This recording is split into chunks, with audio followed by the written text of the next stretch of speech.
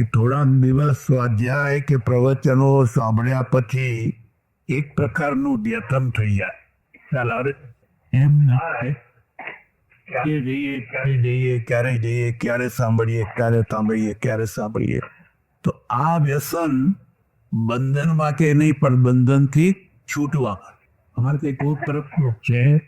કાવ્યશાસ્ત્ર વિનોદેના કાલો ગચ્છતિ ધીમતા વ્યતને ન તે મૂર્ખાણામ નિદ્રયા કલહે નવા. જે બુદ્ધિમાન પુરુષો છે એમનો સમય કેવી રીતે પસાર થાય છે? તો કાવ્યશાસ્ત્ર વિનોદેના, કાવ્યનો વિનોદ કરે અથવા કોઈ શાસ્ત્ર હોય જેમાં એને રુચિ હોય, રસ હોય, એમાં વિનોદ કરે તો કાવ્યશાસ્ત્ર વિનોદેના.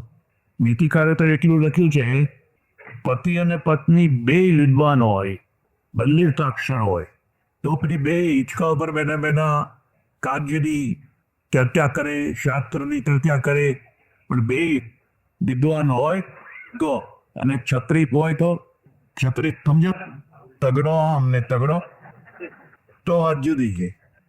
કાવ્યશાસ્ત્ર વિનોદેના કાલો ગચ્છતિ ધીમતા વ્યતને ન તે મૂર્ખાણા નિદ્રયા કલહે નવા. જે મૂર્ખ લોકો છે એમનો સમય કેવી રીતે પસાર થાય છે? વ્યતને નવરા બેઠા બેઠા કઈ ને કઈ બી ઉપર બી ચલમ ઉપર વ્યતને ન તે મૂર્ખાણા, અથવા હું ક્યાં કરે નિદ્રયા, અથવા કલહે નવા, ખટપટ કરે એટલે ઝઘડા થાય. આ રીતે સમય પસાર થાય. ખરેખર તો મોટા શહેરોમાં હવે એક બહુ મોટો પ્રોબ્લેમ ઊભો થયો છે. અને હવે અહીંયા પણ સમય કેવી રીતે પાર કરવો, સમય કેવી રીતે પસાર કરવો. કારણ કે જીવન પહેલાની તુલનામાં ઈઝી બન્યું. પહેલાં જીવન બહુ ભારે હતું, હવે બહુ ઈઝી થઈ ગયું. તમે ઘરે બેઠા બેઠા બટન દબાવો ને તો બધું કામ થયા કરે. પહેલાં બહેનું પરોળિયા ઉઠે, 15 બેડા પાણી લાવે ને 15 બેડા, પછી દળે, પછી ખાંડે, પછી રોટલા કરે, પછી માગે ભાતું મૂકે, પીરમાં જવું પડે. આ ધીમે ધીમે જવાય નહીં બાજુ. એ ભાતું લઈને જતી હોય ને કકડાટ જતી હોય. હવે પેલો પરમો લઈને ઊભો હોય, એને ભૂખ લાગી હોય, અને જો વાર ખાય એટલે કકડાટ જતી હોય. એટલે પહેલાં જીવન બહુ ભારે હતું, હવે જીવન બહુ ઈથી થઈ.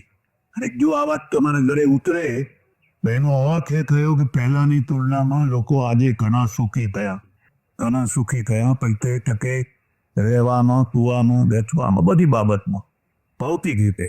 આંતરિક રીતે વાત જુદી છે.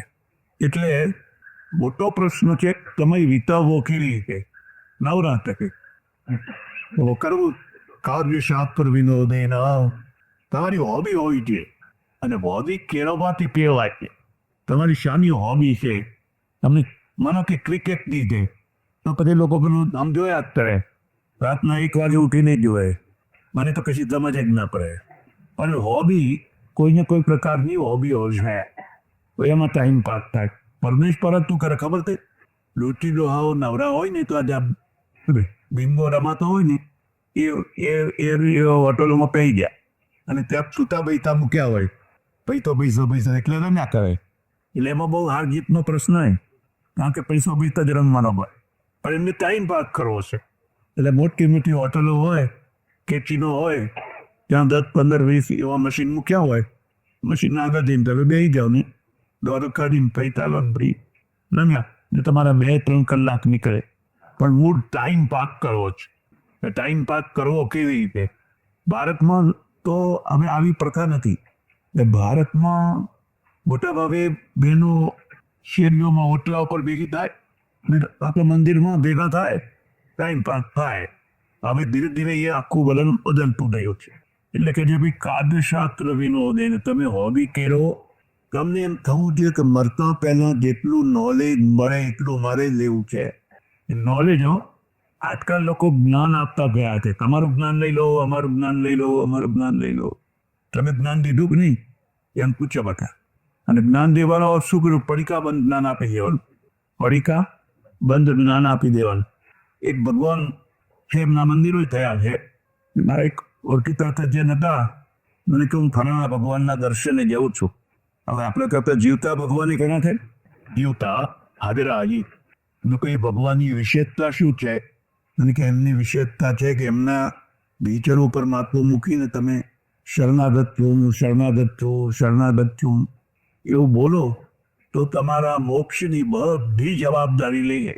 પછી તમારે મોક્ષની બાબતમાં કોઈ ચિંતા કરવાની એ તો બહુ સારું કહેવાય.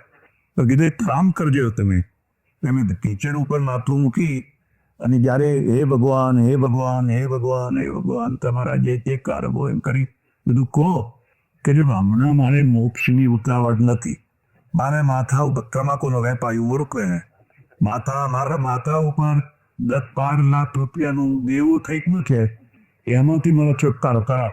હા, મને કહે કે તમને બોલતા વાત એટલે આપણે હમણાં આમાંથી મુક્તિ મેળવો શું, પછી પેલી મુક્તિ પછી મેળવશું. એ તો હાજે પાછો આવ્યો. મેં કહ્યું શું થયું? અરે કે મને મનની ગાળો દીધી. એમના ઢીંકર ઉપર માથું મૂકીને મેં કહ્યું હે ભગવાન, હે ભગવાન, હે ભગવાન તમારું શરણાગત છું, તમારું શરણાગત છું. મારે એના મોક્ષની ઉતાવળ નથી, પણ મારા માથા ઉપર 10-12 લાખ રૂપિયા દેવું થઈ ગયું છે ને લેણદારો હેરાન કરે છે, મને એમાંથી છુટકારો અપાવો. એટલે મનની ગાળ. આવી તુચ્છ બાબત લઈને આવો.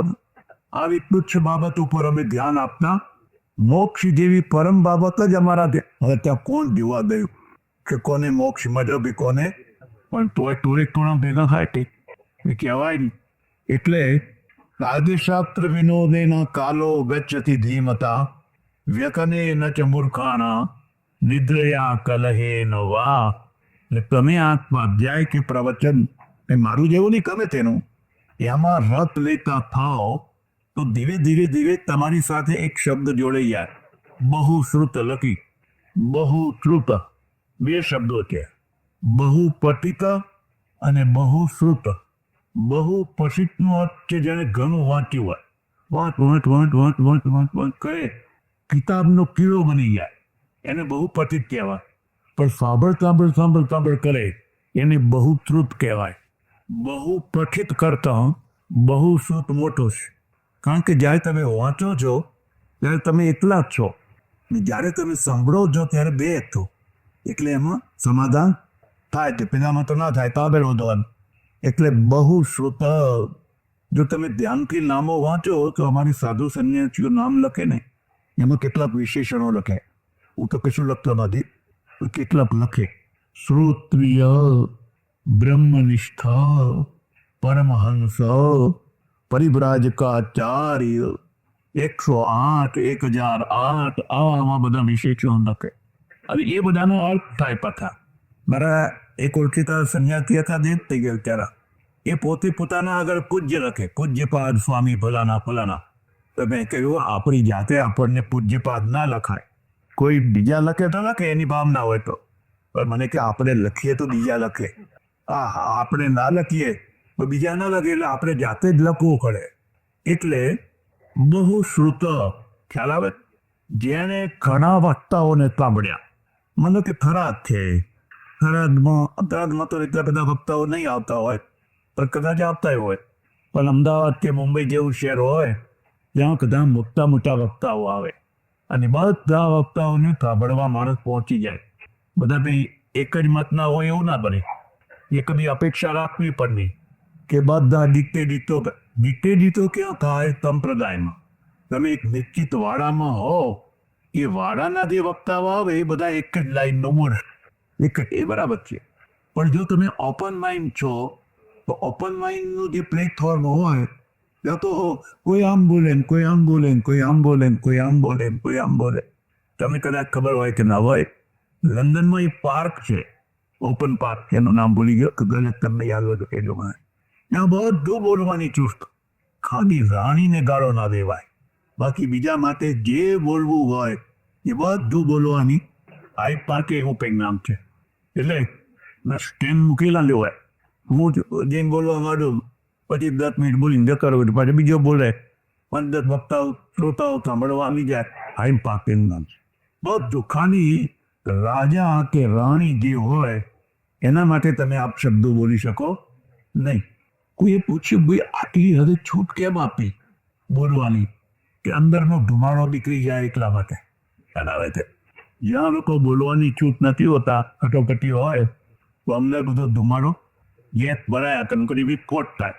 ભાઈ બ્રિટનમાં જો વિસ્ફોટ ના થયો હોય, કેટલા વૈચારિક વિસ્ફોટ ના થયો હોય તેનું મુખ થાય બાદ બોલો જે હોય તમારા અંદરનું બધું કાઢી નાખો. એટલે તમને સાંભળતા તમારું મસ્તિષ્ક એટલું વિકસિત થાય એને બહુ ટ્રુથ કહેવાય. બરાબર?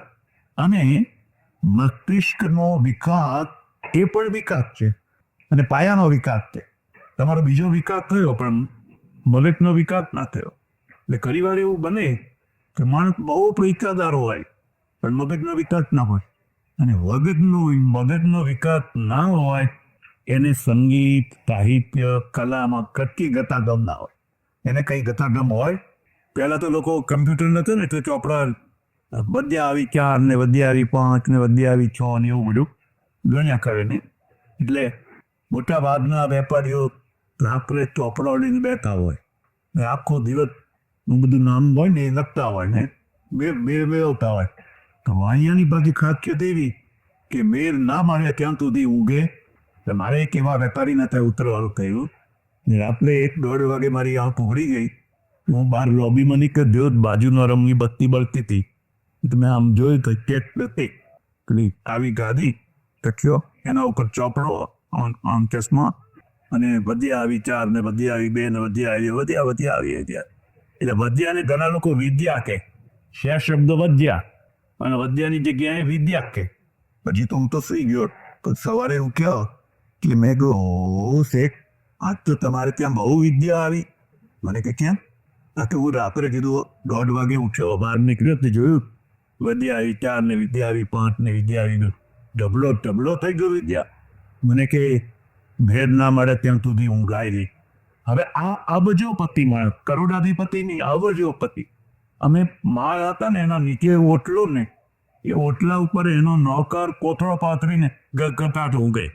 એના નક્કાળ ઉપર હમલાય કોથળા ઉપર ગગટાટ ઊંઘે. મેં કીધું આ ભાગ્યશાળીને જેવો કોથળા ઉપર ગગટાટ નક્કોના મૂલ આપે છે અને તારા ભાગ્ય પૂછ્યા કે વધ્યા આવી હરી નથી પાવી. આ રાત્રે 1:30 વાગે નથી ઊંઘતો, નથી બાલ બચ્ચાનો તો નથી કોઈનો. તો આ એક પ્રકારની શું કહેવાય, એને બીજા કોઈમાં રસ જ નહીં. સંગીતમાં, સાહિત્યમાં, કલામાં પુસ્તક આપો ને જોઈ મૂકી દે, અપાય જ નહીં. કોઈ દિવસ પૈસા લાય માણસને પુસ્તક ના અપાય. કથા આમ જોઈ આમ મૂકી દે. બસ એને રસ જ ના હોય, એને માત્ર ચોપડામાં જ રસ હોય. એટલે ભગવરીએ લખ્યું છે કે હે મા જગદંબા તું મને બધું આપજે. અરૌકિક જન એ શું, પણ જ્યાં અરૌકિક જન છે એમના આગળ કલા મૂકવાનું દુર્ભાગ્ય કદી આપતી નહીં.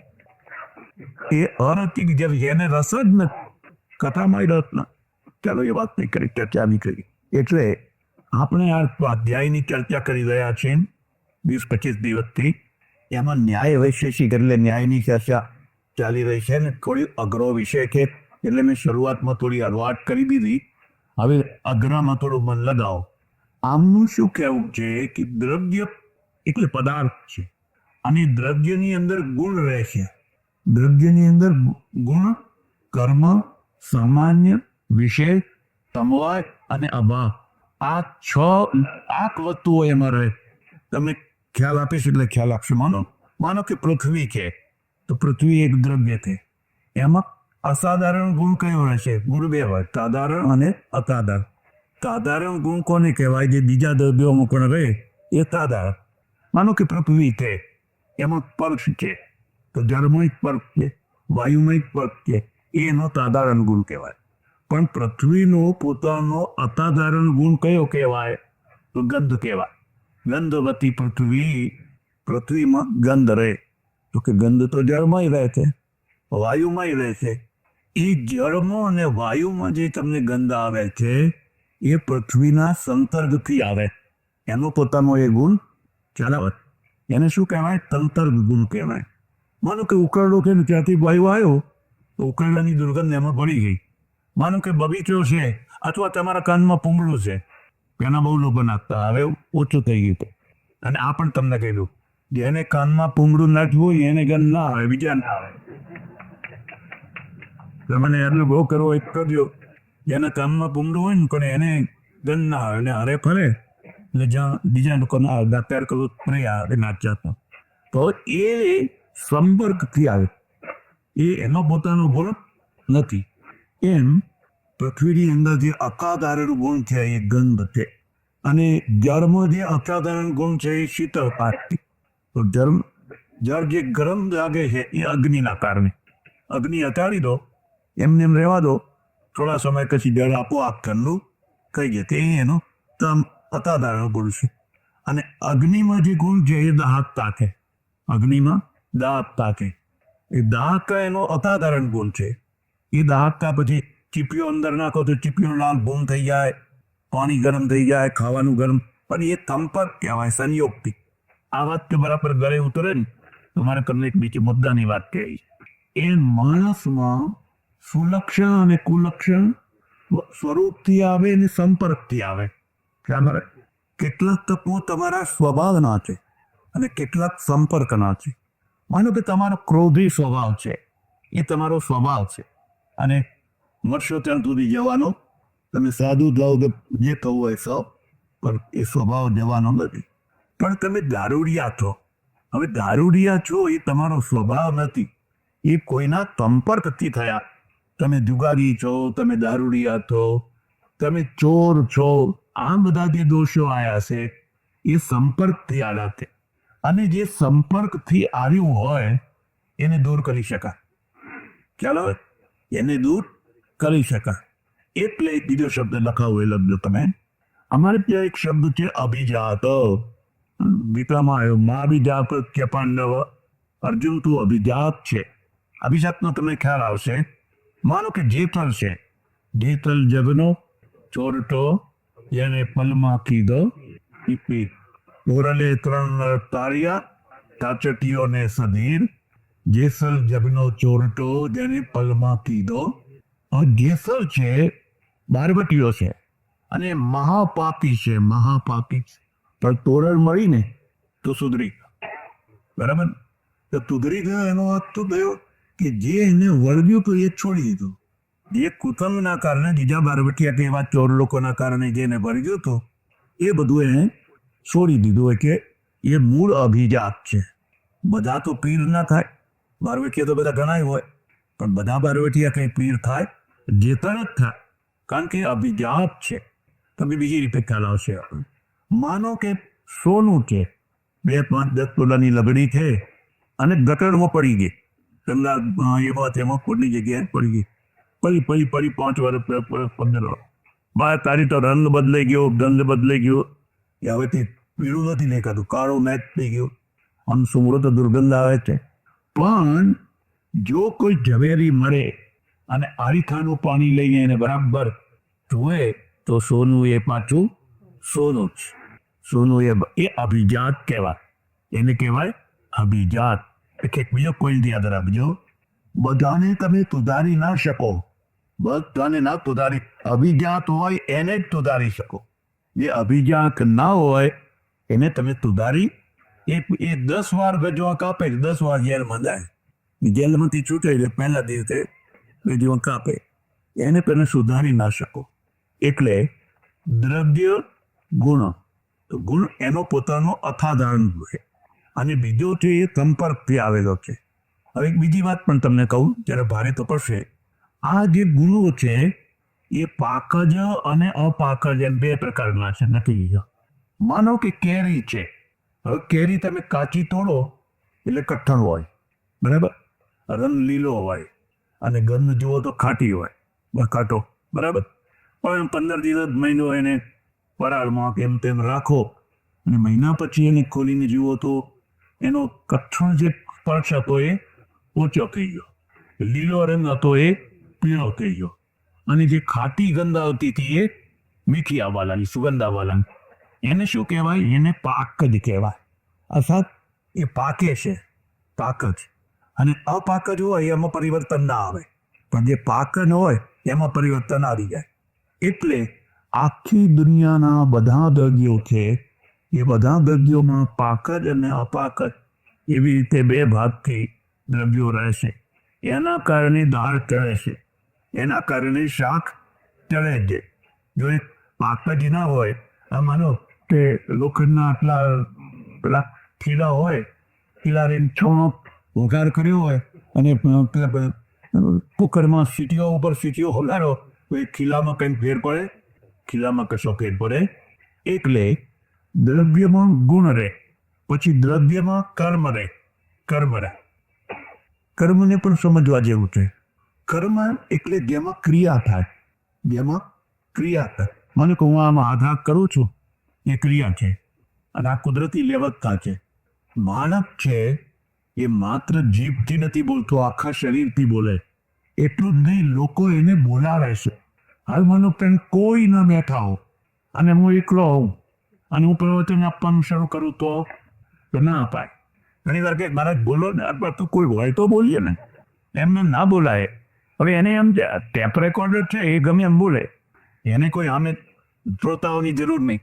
પણ વક્તા છે એને શ્રોતા બોલાવે છે, એટલે વક્તા શ્રોતાની સાથે તદરૂપ થાય છે.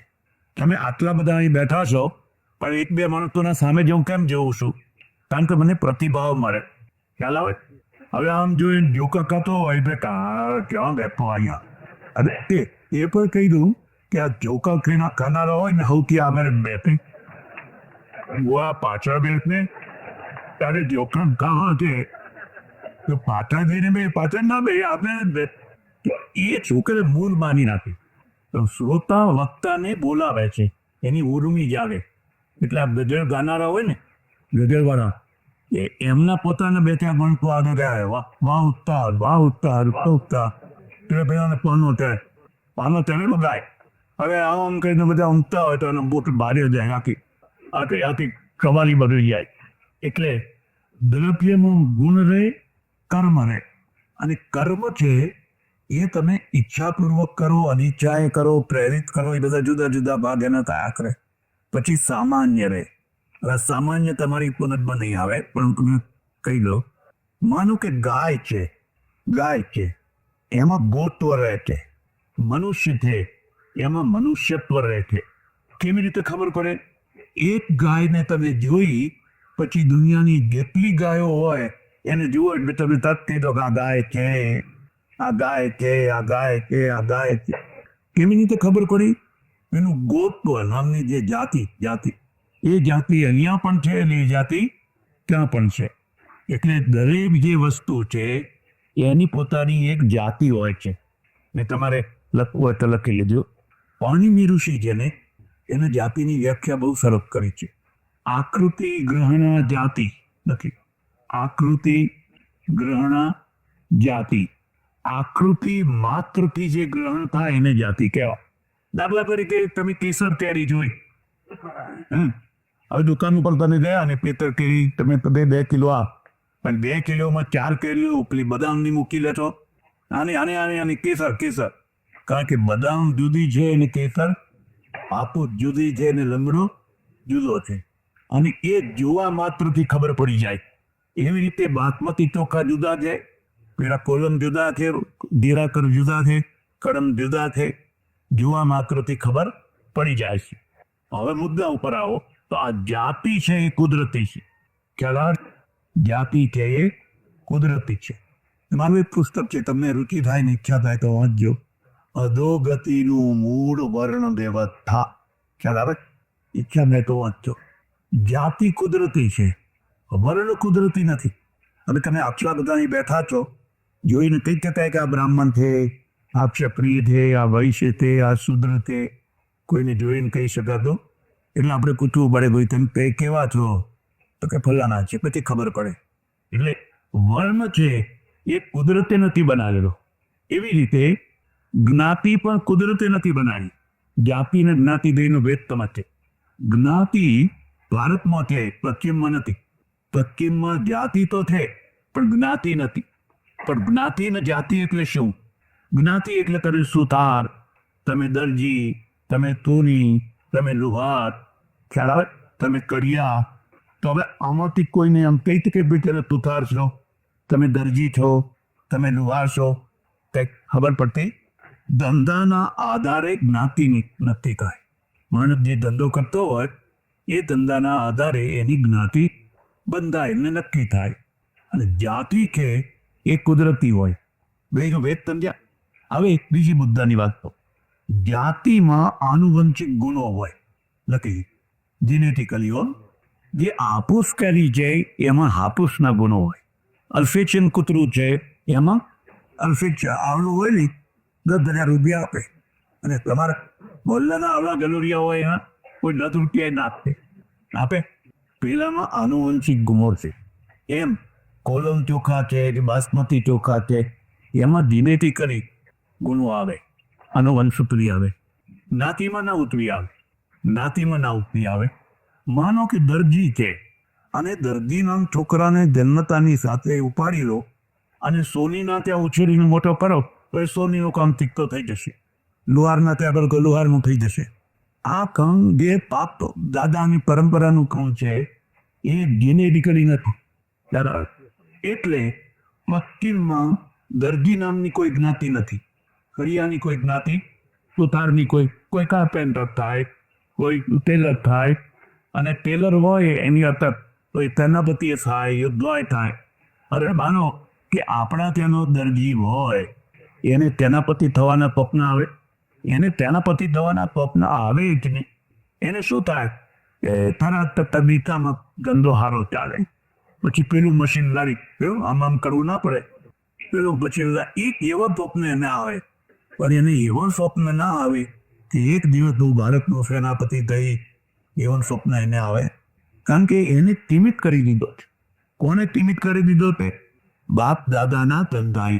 આપણે ત્યાં કેવું હતું, બાપ દાદાનો ધંધો, એનાથી ફાયદા કરતા નુકસાન વધારે છે. ખ્યાલ આવે? મને આપણે વારન છે, હવે એને વંશ પરંપરા વારનનું જ કામ કરવાનું હોય અને ઘણા બાંધેલા હોય પાછા 15 કિલો 20 કિલો 12 મહિને આપી દે, એટલે પેલો આમ ટપ કર્યા કરે. હવે એને કંઈ આધુનિક થવાની જરાય જરૂર નથી, આ ધરા પીજે કઈ જવાનું. એટલે હવે આ ધંધો જો બાપ દાદાનો એનો કાયમ કરવાનો હોય તો પરિણામ એ આવે કે એની આર્થિક ક્ષમતા એક સીમિત થઈ જાય. વારણનો ધંધો કરીને તમે થરાદના નગરચેત ના થઈ શકો, એ દાપણ વેચવાનો ધંધો કરીને તમે નગરચેત ના થઈ શકો. એટલે ધંધાની સાથે આર્થિક ક્ષમતા અને સૌથી વધારે નુકસાન તો પ્રતિષ્ઠા. આપણે ત્યાં ધંધાની સાથે પ્રતિષ્ઠા જોડાયેલી છે. હવે મને પૂછ્યા, મને પહેલા ઘણી વાત પૂછતા લોકો, મારા તમારું દૂધ કયું દૂધ એટલે યાદ હતું બાબુ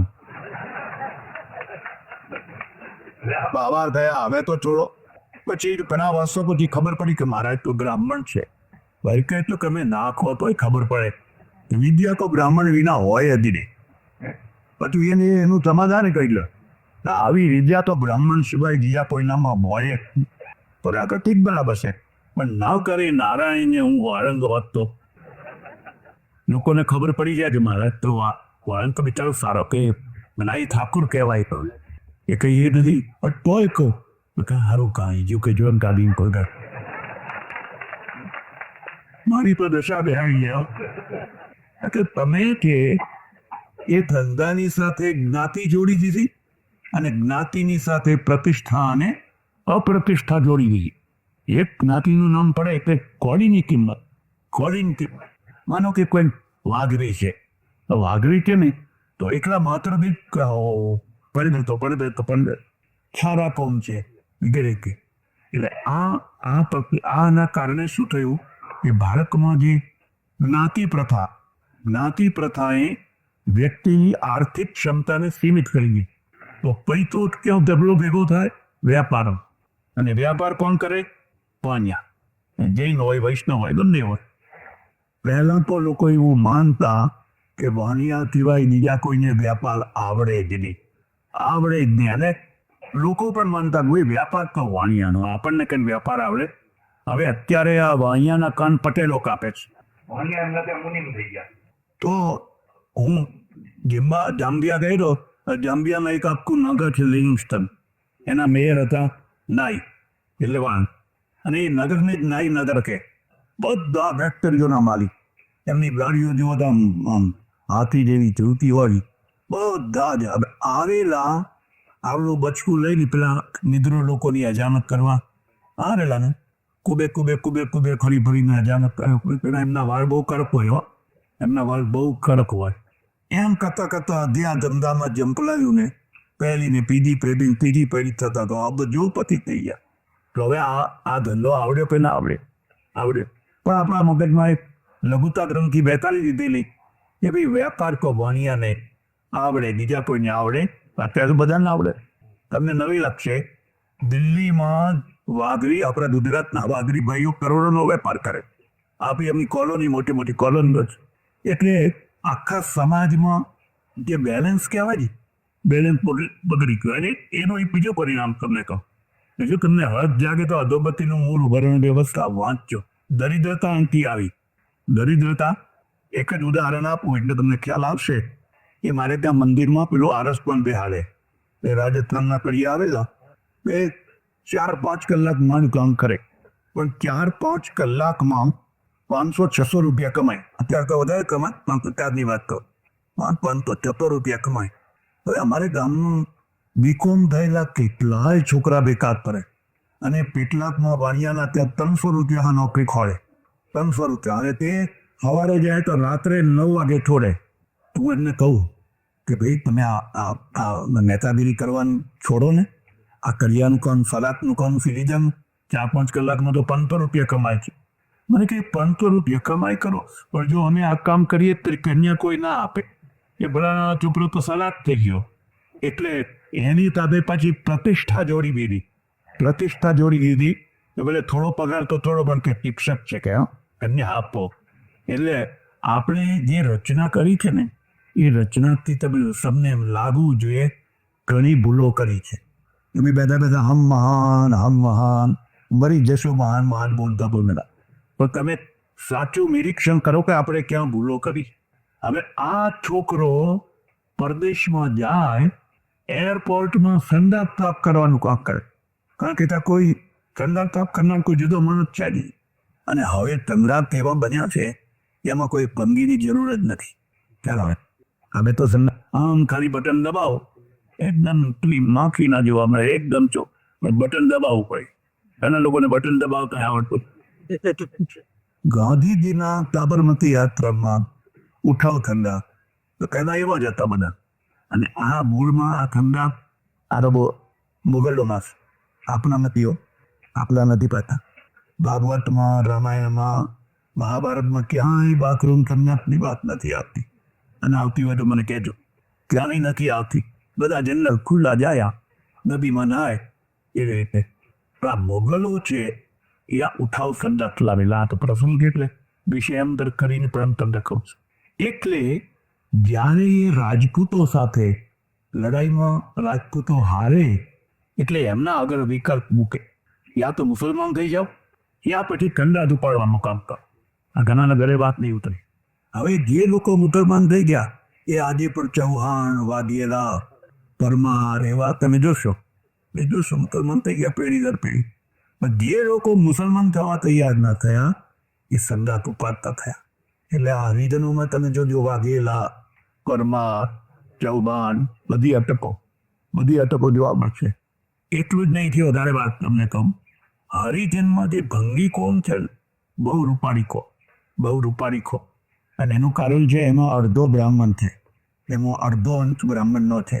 હવે તમારે ઘરે વાત નહીં કરે, કારણ કે આપણે ત્યાં એવી વ્યવસ્થા હતી કે બ્રાહ્મણની દીકરી જો શૂદ્રની સાથે લગ્ન કરે તો એ વિલોમ કહેવાય. એને ચાંદાલ બનાવવાનું.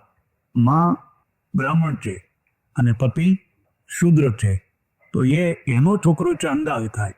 એને ગામ બહાર હોતાવાનું, લોઢાના ભાતરમાં જમાડવાનો, એ ફાટેલા ઉતરેલા કપડાં પહેરવાનો, અને એનો પડછાયો પણ ના લેવાય.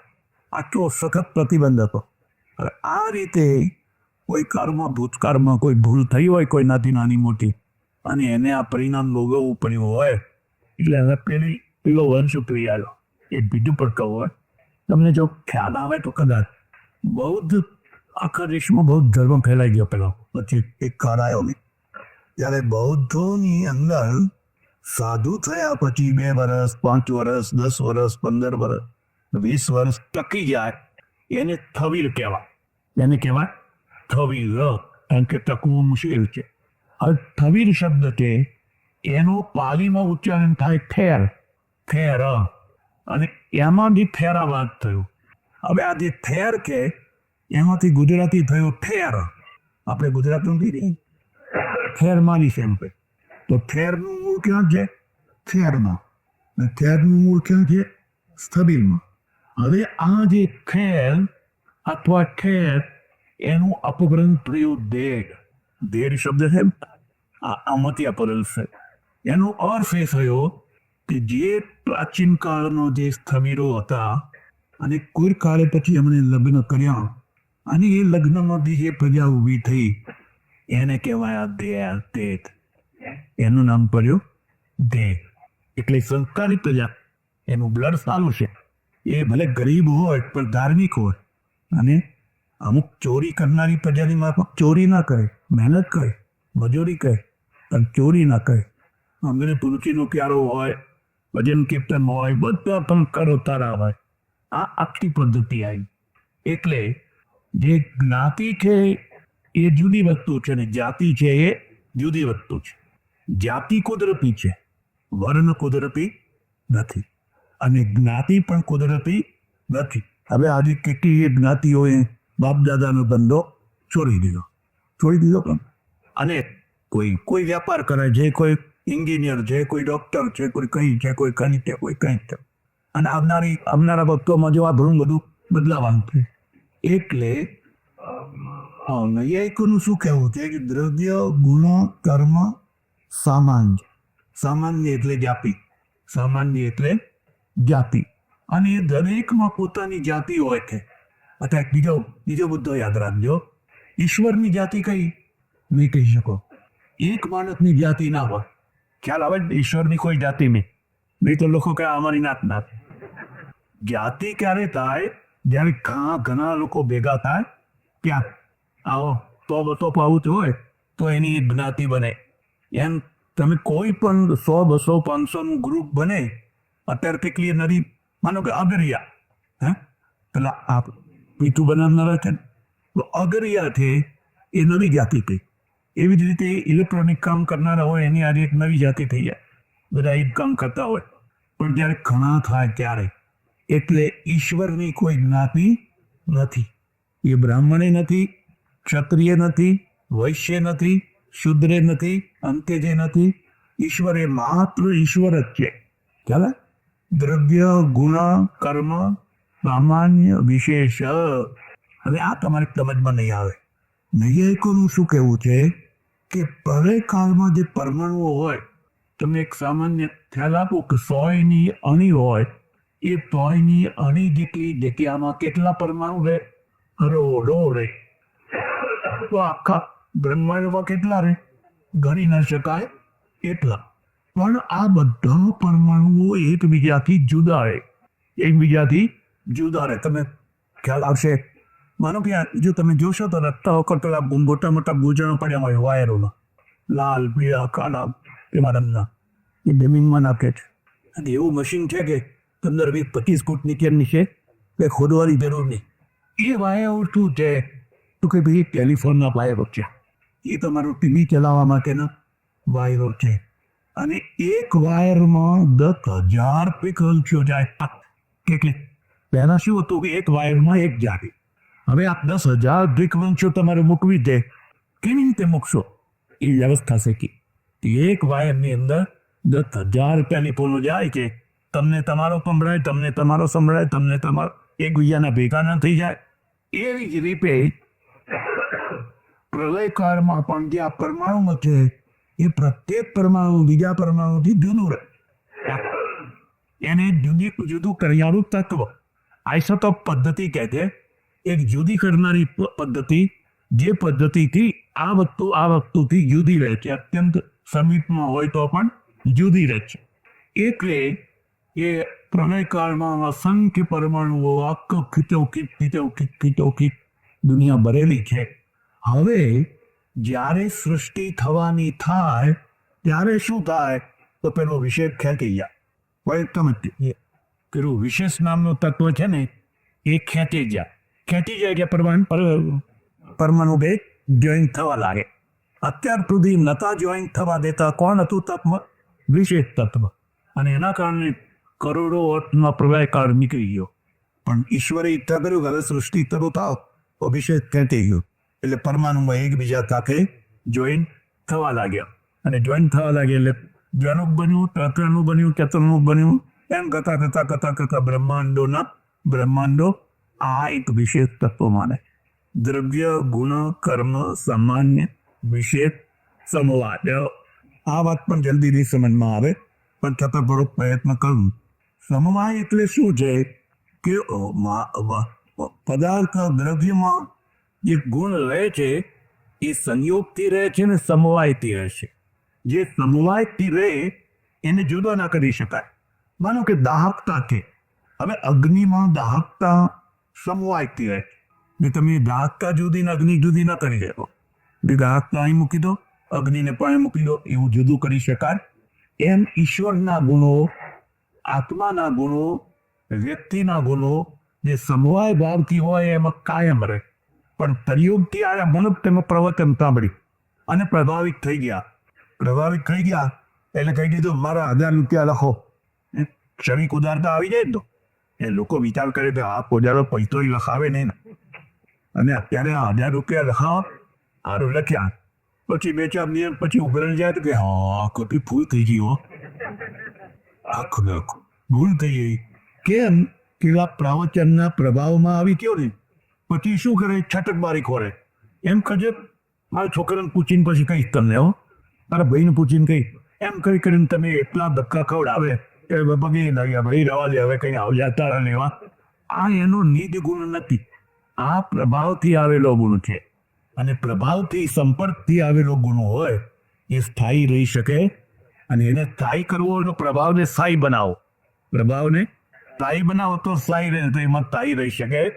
ઓમ પૂર્ણમદઃ પૂર્ણમિદં પૂર્ણમુદચ્યતે પૂર્ણસ્ય પૂર્ણમાદાય પૂર્ણમેવાવશિષ્યતે. ઓમ શાંતિઃ શાંતિઃ શાંતિઃ.